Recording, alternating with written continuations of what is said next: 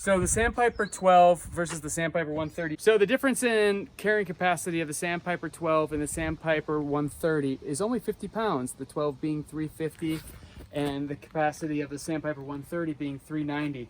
But Nick and I like to think about optimal paddler size. And over my 20 years with Eddyline and all the years of the Sandpiper, I find that a paddler at about 220 pounds and under is probably optimal for the Sandpiper 12. And once you get over 200 pounds of the Sandpiper 12, the paddler stability really starts playing into the equation. So that's where the Sandpiper 130 is going to come in for a larger paddler or somebody that just wants more stability.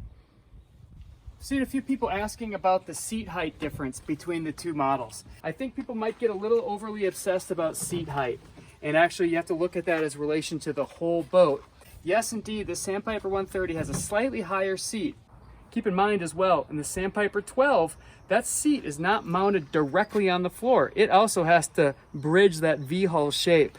And so the seat bottom itself is actually up off the deck of the boat a little bit. Also more depth. So if you're going to be putting a dog or a child in here, they're just going to feel more secure inside this boat. So once you put your weight into this, it does sink a little bit. And remember, we have to gap this V. So you might actually be up off this V a little bit, but if you look at where your rear is in relation to the side of the boat, you're actually not as high up in the boat. The Sandpiper 130 has some considerable depth to it. So the benefit of actually having the seat up higher, somebody my size, 6 feet, can actually still get a great stroke. If we put a seat at the very bottom of this boat, this would be a situation where you'd really have a hard time getting that good stroke, and your hands might be kind of up higher than you want them. So when I'm in this, I can get down and really get these two hands working down and get nice leverage over the stroke. You might read the measurements being the same or roughly the same in the width, but the Sandpiper 130 carries that width for much longer. So width doesn't tell the whole story. It's also about the size of the footprint. And in the case of the Sandpiper 130, it's just a much larger footprint. Again, there's just a lot more depth up here, and there's more depth from the thigh down. If we had a Sandpiper 12, you'd probably see this pad right about here. And except for the tallest, largest paddlers, this added size of the footprint is going to give you plenty of stability.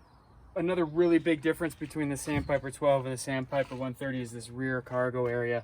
This is the largest hatch that Eddyline uses on any of their boats. So it's easy to get items in with all this depth, and it just gives you a ton of capacity, whereas the Sandpiper 12 has a smaller hatch, lower profile, and narrower. What have you put inside of that hatch?